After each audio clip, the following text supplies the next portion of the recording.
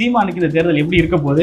ஏன்னா இது வரைக்கும் 0-0 போட்டுட்டு இருந்த நேரத்தில் ஒரு 5-6-2 அப்படின்னு போட்டுட்டு இருக்காங்க. எப்படி பார்க்கலாம் சார்? எல்லா காலகட்டத்திலையும் சர்வேயோட அதிகம் தான் சீமான் சாதிச்சிருக்கிறார். இந்த முறையும் சீமான் களத்துக்குள்ள நல்லா தான் ஆடினாரு. பாசிட்டிவ் பொலிட்டிக்ஸ் தான் பண்ணாரு. அக்ரெசிவா போலரைசேஷன் பொலிட்டிக்ஸ் கூட பண்ணல. நான் வந்தா இதெல்லாம் செய்வேன்னு சொன்னாரு. சார், தேர்தல் முடிஞ்ச பிறகு அதிமுகவோட தாவேகா போறதுக்கான வாய்ப்பு இருக்கும் ஒரு 2 வருஷம் சொல்லிட்டு இருக்காங்க சார். எல்லா பத்திரிகையாளரும் சொல்றாங்க. இதெல்லாம் கற்பனையா என்ன வேணாலும் பேசலாம். பட் எங்களுக்கு உங்களுக்கு ஓட்டு வருது வரலங்கிறது வேற.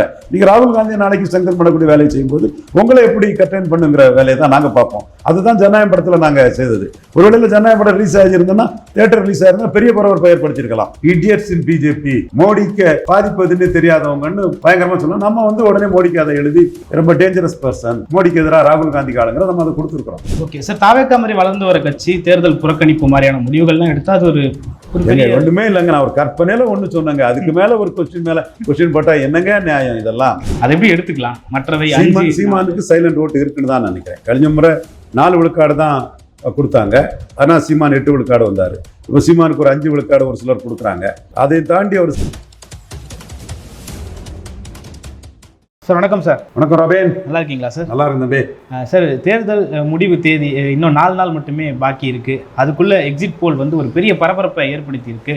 எக்ஸிட் போல் யாருக்கு சாதகமா இருக்கு? மக்கள் யார் பக்கம் நிற்கிறாங்க? மகுடம் சூட போவது யார் என்ற ஒரு கேள்வியெல்லாம் எழுது. எப்படி பாக்குறீங்க? எக்ஸிட் போல் ட்ரெண்டு திராவிட முன்னேற்ற கழக அணி ஆட்சி அமைக்குங்கிறத காட்டுது.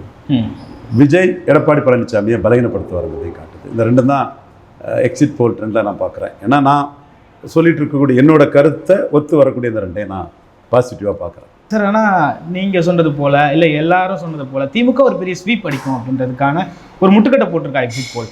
இந்த ட்ரெண்டு, இந்த பாதை நான் சொன்ன ஸ்வீப்புங்கிறத இண்டிகேட் பண்ணுற பாதையாக தான் நான் பார்க்குறேன். ஏன்னா அதில் சீட் கன்வர்ஷன் டிஎம்கேக்கு அதிகம் கொடுக்குறாங்க, 50%க்கு மேலே. எடப்பாடி கொடுக்குறாங்க, டிவிகே கொடுக்குறாங்க, என்டிகே கொடுக்குறாங்க. ஸோ டிவிகே என்டிகேக்கெல்லாம் சீட் கன்வர்ஷன் இருக்குதுன்னு சொன்னால் அந்த வாக்கு அவங்களோட அந்த சாம்பிளிங் இதில் அதிமுக வாக்கு தான் இவங்களுக்கு வந்திருக்குங்கிறது என்னோட பார்வை. ஓகே. ஸோ ஸ்டாலின் 50 விழுக்காடு பலத்தில் இருக்கக்கூடிய ஒரு 40 விழுக்காடு வாக்குக்கு மேலே கண்டிப்பாக எடுப்பார். நான் 45ங்கிறத ப்ரெடிக்ட் பண்ணியிருக்கேன். 3 முறை 45 தாண்டிருக்காருங்க போது ஸ்டேச்சுரேட்டட் ஓட்டாட்டு அவருக்கு நான் வைக்கிறேன். எனவே 40க்கு மேலே அவர் தாண்டும் போது இந்த 3 பேருக்குமே சீட் கன்வர்ஷன் இருக்கும்போது, இந்த 3 வரல கன்வர்ஷன் அவங்க போடும்போது இந்த 3 வரல யாருமே 40 நெருங்கிட மாட்டாங்க. ஸோ சீட் கன்வர்ஷனில் ஸ்டாலின் எக்ஸ்ட்ராடினரியாக இருப்பார். Okay sir. ஆனால் பெரும்பான்மையான கருத்து கணிப்புகள் ஒரு தொங்கு சட்டமன்றம் அமையும்ன்ற மாதிரியான ஒரு இது இருக்குது. 120 140, 120 130 அப்படி சொல்லிட்டு இருக்காங்க. அது ஒரு தொங்கு சட்டமன்றத்தை நோக்கி நகரணும். ஸ்டாலின் குறைஞ்சபட்சம் 150 சீட்டுக்கு மேலே ஸ்டாலின் அணி எடுக்குங்கிற கருத்தில் நான் இருக்கிறேன், தெளிவாக இருக்கிறேன். இன்னமும் அந்த கருத்தில் தெளிவாக இருக்கு. கழிஞ்ச முறை இதே எக்ஸிட் போல் பார்ட்டிஸ் நெல்லையில் 35 விழுக்காடு வாக்கு அதிமுக எடுப்புன்னு சொன்னார். நான் சொன்னேன், ஐயரும் நாடாரும் என்ன செய்ய முடியும்னு கேட்ட தம்பி மிதுன் பழனிசாமிக்கு நான் பாடம் படித்து கொடுக்குறேன். அதாவது எடப்பாடியோட ஒரே மகன் தான். பட் அவரை காப்பாற்றி விட்டு நமக்கு எதிராக பண்ணும்போது நம்மகிட்ட நியாயம் இருக்குது. நியாயத்துக்கு புறம்பா நம்ம அந்த இடத்துலையும் ஆணவத்தோடலாம் போகிறது கிடையாது. நியாயம் நம்மகிட்ட இருக்குன்னு சொன்னதுனால அன்னைக்கு சத்யன் குருமூர்த்தி அவங்கள தூக்கி போட நிற்கும்போது நேஷனல் மைண்டட் கம்யூனிட்டி, தேசிய உண்ட கம்யூனிட்டி, பாஜகவுக்கு ஆதரவான கம்யூனிட்டி நம்ம அவங்கள அடிச்சிட்டோம்னா சசிகலா கிட்ட போய் முளமுளன்னு விழுந்துருவாங்க, சசிகலா ஸ்ட்ரெங்தன் ஆயிடுவாங்க, கூடாது. அப்படி நம்ம நோக்கம் இதாக இப்போ குருமூர்த்திக்கு கருத்தை மீறி மோடிக்கிட்ட என் கருத்து எடுபட்டு அவர் காப்பாற்றப்பட்டார். அந்த சூழ்நிலையில் ஐயர் நாடார் என்ன செய்ய முடியும்னு கேட்ட சூழ்நிலையில் தான் நம்ம திருநெல்வேலி 3 தொகுதியிலையும் எலெக்ஷனுக்கு முன்னாடியே டிக்ளேர் பண்ணி தான் நம்ம அந்த விஷயத்தை செய்தோம். கருத்து கணிப்பாளர்கள் இதே எக்ஸிட்டு, எக்ஸிட்டு, இன்சிட்டு, ப்ரீ போல், போஸ்ட் போல் எல்லா கட்சிகளும் 35 விழுக்காடு திருநெல்வேலியில் கொடுத்தாங்க. நம்ம டெபாசிட் இழக்க செய்வோம்னு சொன்னோம். கடைசியில் 8 விழுக்காடு வந்தார். அதே மாதிரி தூத்துக்குடியிலையும் டெபாசிட் இழந்தார், கன்னியாகுமரியிலையும் டெபாசிட் இழந்தார். ஸோ இந்த கருத்து கணிப்புகளையும் தாண்டி நம்ம ஒரு கணக்கில் தமிழக அரசியலை பார்த்துட்டு இருக்கோம். கட்சிகளின் பலத்தின் அடிப்படையில் தான் தமிழக அரசியல். 1977ஆம் ஆண்டு சுமார் 50 விழுக்காடுக்கு மேலே இருந்த திமுக அணி 2ஆக உடைஞ்சி மக்கள் தலைவர் எம்ஜிஆர் 30.3 விழுக்காடு வாக்கெடுத்து அரியணையில் ஏறினார். கலைஞர் 24.8 விழுக்காடு எடுத்து எதிர்கட்சி தலைவரானார்.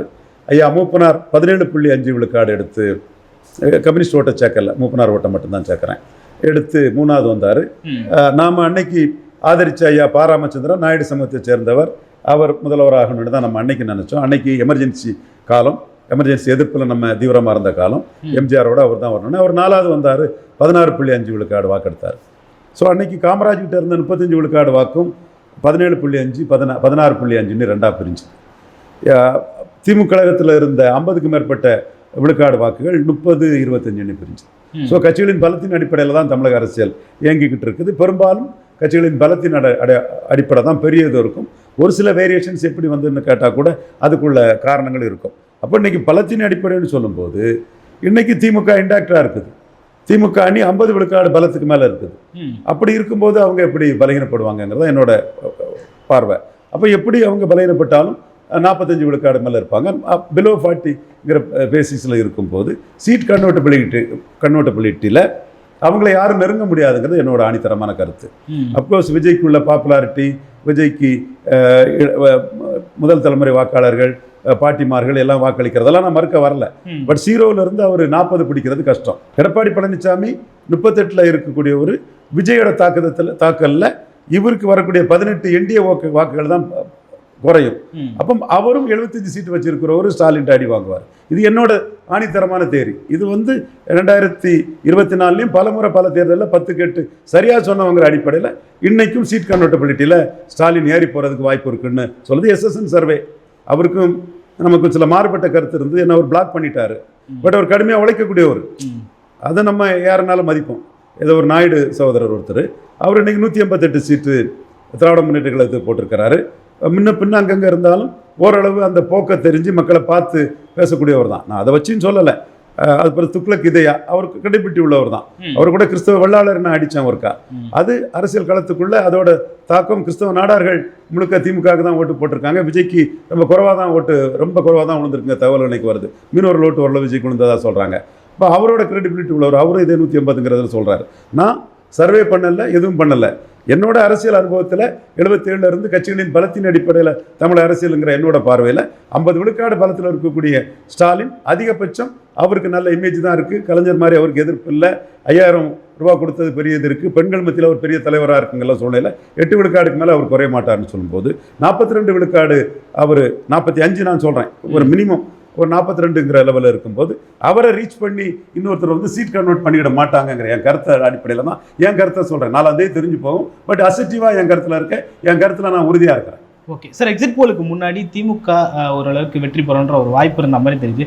எக்ஸிட் போலுக்கு அப்புறமா கிட்டத்தட்ட ஒரு 3 எக்ஸிட் போல்ஸோட நிறுவனங்கள் சொல்லியிருக்காங்க அதிமுகவுக்கு பெரும்பான்மை கிடைக்கிறதுக்கான வாய்ப்பு இருக்குன்னு. கொஞ்சம் கொஞ்சமாக அதிமுக பக்கம் களம் நகருதோ? கொஞ்சம் கொஞ்சமாக நகரல்ல. இது எக்ஸிட் போலெல்லாம் எதுவும் இல்லை. என் போல் தான் நிற்கும். என் போல் தெளிவாக ஒரே கருத்தாட்டு பொலிட்டிக்கல் அரித்மெட்டிக் படி கட்சிகளின் பலத்தின் அடிப்படையில் தான் அரசியலுங்கிற அடிப்படையிலையும் பல இஷ்யூக்களையும் வச்சு நாம் சொன்னது கரெக்டாக இருக்குது. மீண்டும் சொன்னால் மீண்டும் இதிலேருந்து இது இந்த வாழைப்பட காமெடி மாதிரி தான். ஒன்று என்ன இருக்குது, இன்னொன்று தானே இதுன்னு 2024 மக்களவைத் தேர்தலில் 35 விழுக்காடு எக்ஸிட் போல் சொன்னவர்கள் அங்கே திருநெல்வேலியில் சொன்னார்கள். நாங்கள் நாடார்களை இவர் தேவருக்கு எதிராக நாடார்கள் ஓட்டு போடுவார்கள் என்று குறுகிய எண்ணத்தில் செயல்படும் எடப்பாடிக்கு பாடம் போட்டும் விதமாக நாடார்களை திரட்டி அவரை அங்கே தோற்கடிப்போம், டெபாசிட் இலக்க சிவம் என்பது நடந்ததா இல்லையான்னு அதைத்தான் திரும்ப நான் கேட்கணும். கணிசமான தொகுதிகள் அதிமுகவுக்கு இருக்குன்னு சொல்லியிருக்காங்க. அந்த தொகுதிகளை பார்க்குறப்போ திமுகவை தான் பலவீனப்படுத்துதோ தாவேக்கா அப்படின்ற மாதிரி இருக்கு. ஜெயலலிதா அம்மையார் மரணத்துக்கு பிறகு டிடிவி தினகரன் 5.5 வாக்கு எடப்பாடி பழனிசாமி தான் பலவீனப்படுத்தினார். அண்ணாமலை பெரிய அளவு எடப்பாடியை தான் பலவீனப்படுத்தினார். கமலஹாசன் எடப்பாடியை தான் பலவீனப்படுத்தினார். OPS எடப்பாடியை தான் பலவீனப்படுத்தினார். இப்படி எல்லாருமே எடப்பாடி பழனிசாமி தான் பண்ணுவார். சீமான் 8.2 பலவீனப்படுத்தினார். 6வதாக விஜயும் எடப்பாடி பழனிசாமி தான் பலவீனப்படுத்துவார். எம்ஜிஆர் ஜெயலலிதாண்டி வராரு. செங்கோட்டையும் லோகேஷையும் தூக்கிட்டு வராரு. ஸோ சினிமா நடிகர்கள் இருந்த கட்சி சிறிய எண்ணிக்கை சமூகங்கள் இவங்க மத்தியில் ஸ்டேக்ஸ் இல்லாத சமூகங்கள் மத்தியில் எடப்பாடி பழனிசாமியை தான் ரெட்டலைக்கு ஓட்டு போட்ட பாமர மக்களை தான் பலவீனப்படுத்துவார். ஸோ இன்னொரு சைடு மாற்றுன்னு சொல்லக்கூடிய என்டிஏ ஓட்டையும் பலவீனப்படுத்துவார். தாவேக்காவுக்கு இரட்டை இலக்க தொகுதிகள் கொடுத்துருக்காங்க. இரட்டை இலக்க தொகுதிகள் திமுக கிட்ட இருக்கிற சீட்ஸ் தான் வரும்ன்ற மாதிரி எதிர்பார்க்கப்படுகிறது. ஏன்னா எல்லாமே 10 சர்வே கொடுத்துருக்குறான். எந்த சர்வே எடுக்கிறது அது அந்த சர்வே தமிழ்நாட்டில் 9 விழுக்காடு பிராமணர்கள் இருக்காங்கிறான்.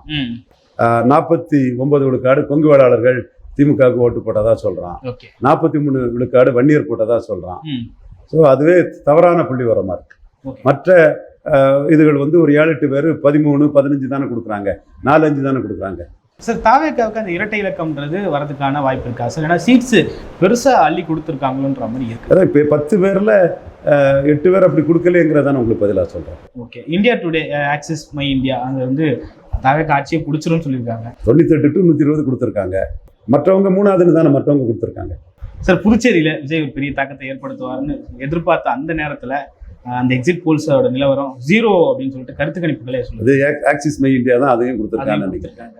ஏதோ ஒரு இதில் கொடுக்குறாங்க, அவங்க ஒரு வியாபாரமாக அது இது பண்ணிட்டு இருக்கிறாங்க. நான் என் கருத்தில் தான் நான் தெளிவாக இருக்கிறேன். திமுக ஆட்சிக்கு வருது, விஜய் எடப்பாடி பழனிசாமி பலவீனப்படுத்துறாரு.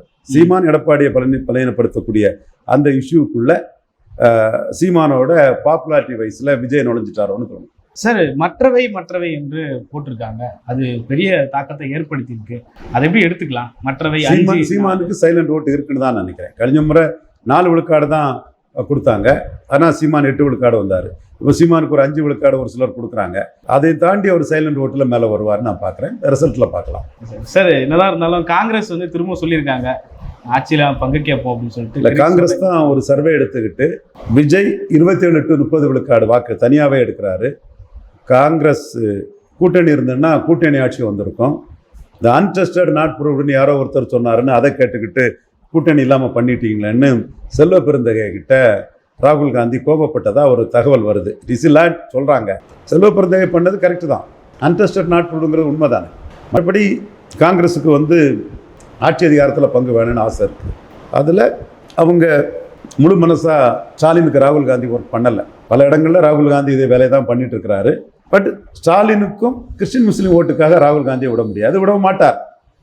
வெற்றி பெற்ற அணியை கிறிஸ்டின் முஸ்லீம் ஓட்டுக்காக விட முடியாது, விடவும் மாட்டார் ராகுல் காந்தியை. ராகுல் காந்தின்னா மல்லிகார்ஜுன கார்கே, செல்வ பெருந்தகை எல்லாரும் இருக்காங்க. அப்படி செல்வ பெருந்தகை முதல்வர் கூட ரொம்ப தெளிவாக நின்னார், முழுமையாக நின்னார்.